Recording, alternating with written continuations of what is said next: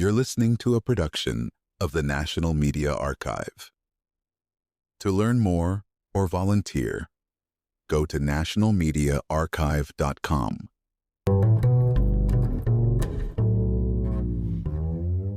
Carl Jung's childhood was marked by unsettling visions and inexplicable events. Can you take us into the world of young Jung and how these early experiences shaped his lifelong quest for meaning? Absolutely.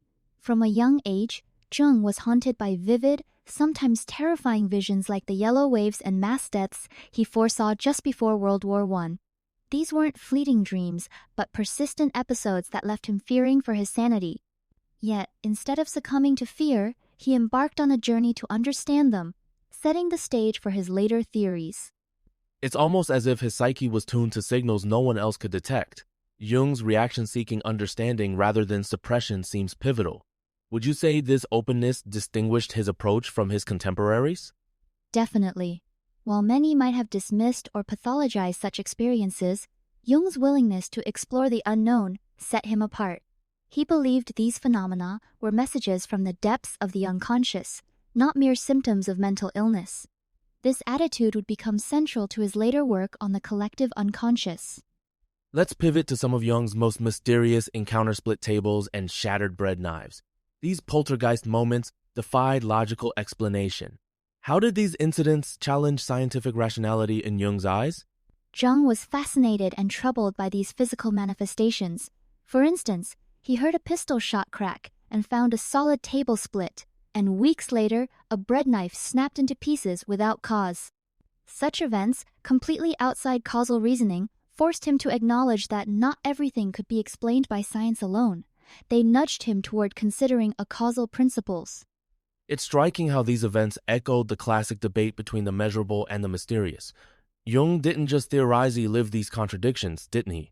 Precisely. His personal experiences kept him open to phenomena that rationalists might dismiss.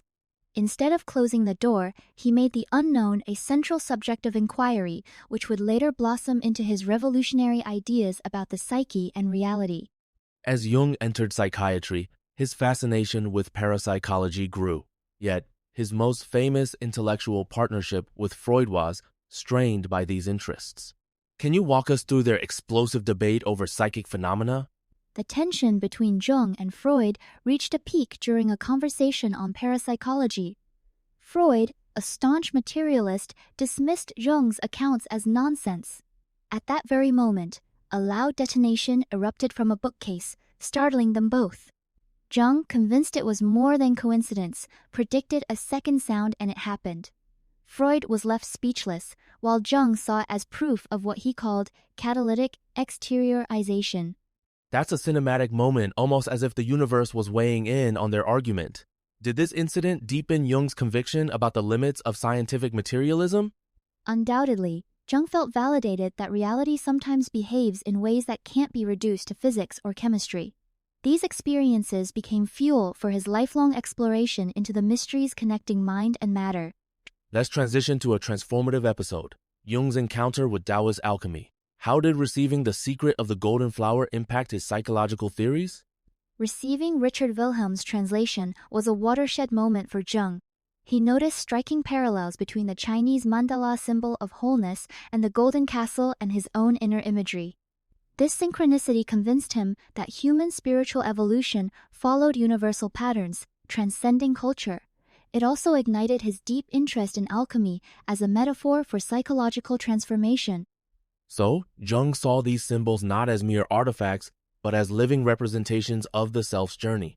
The resonance between East and West must have been profound for him. Exactly. Discovering the same mandala motifs in both his own visions and ancient Taoist texts confirmed for Jung that there are archetypal images embedded in the collective unconscious shared psychic substrate underlying all humanity. Now we reach Jung's most influential concept, synchronicity. How did Jung first articulate this idea, and what does it mean in contrast to standard notions of causality? Jung defined synchronicity as meaningful coincidence events occurring together in a way that defies causal explanation.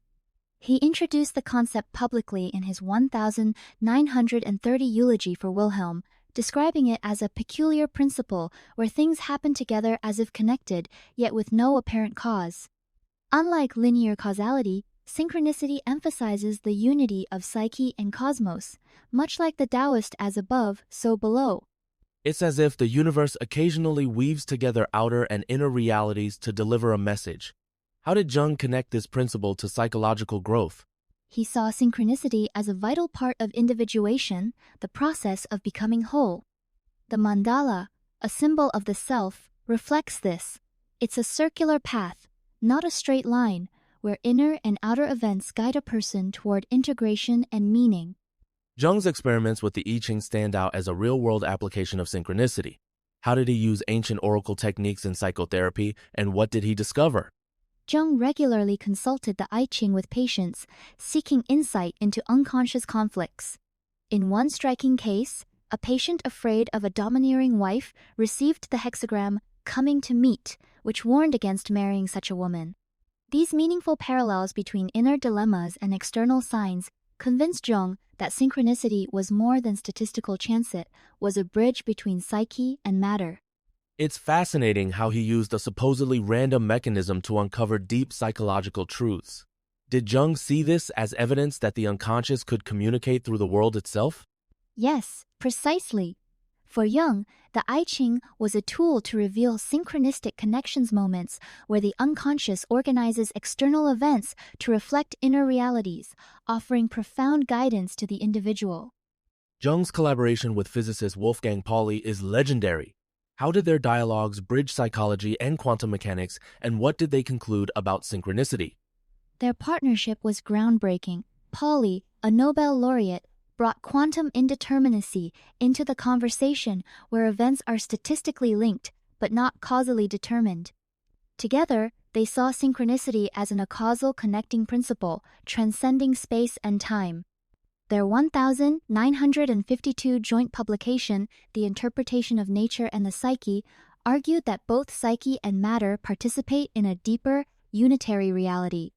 It almost sounds like they were searching for a theory of everything that included both physics and meaning. Did their ideas gain traction among scientists? Reception was mixed. While some physicists like Pauli were intrigued, many dismissed these ideas as speculative. Still, their work opened doors to new interdisciplinary explorations, precursors to today's interest in consciousness studies and quantum mind theories. Jung's concept of archetypes and the collective unconscious underpins his theory of synchronicity. Can you explain how these universal patterns shape both psychic and physical realities? Certainly. Archetypes are inherited patterns like master blueprints embedded in the collective unconscious, shaping dreams, myths, and even synchronistic events.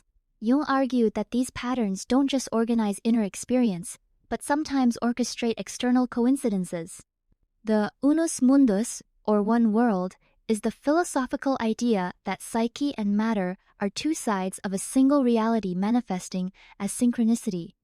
So, when we experience a meaningful coincidence, Jung would say it's the archetype activating both our inner and outer worlds at once?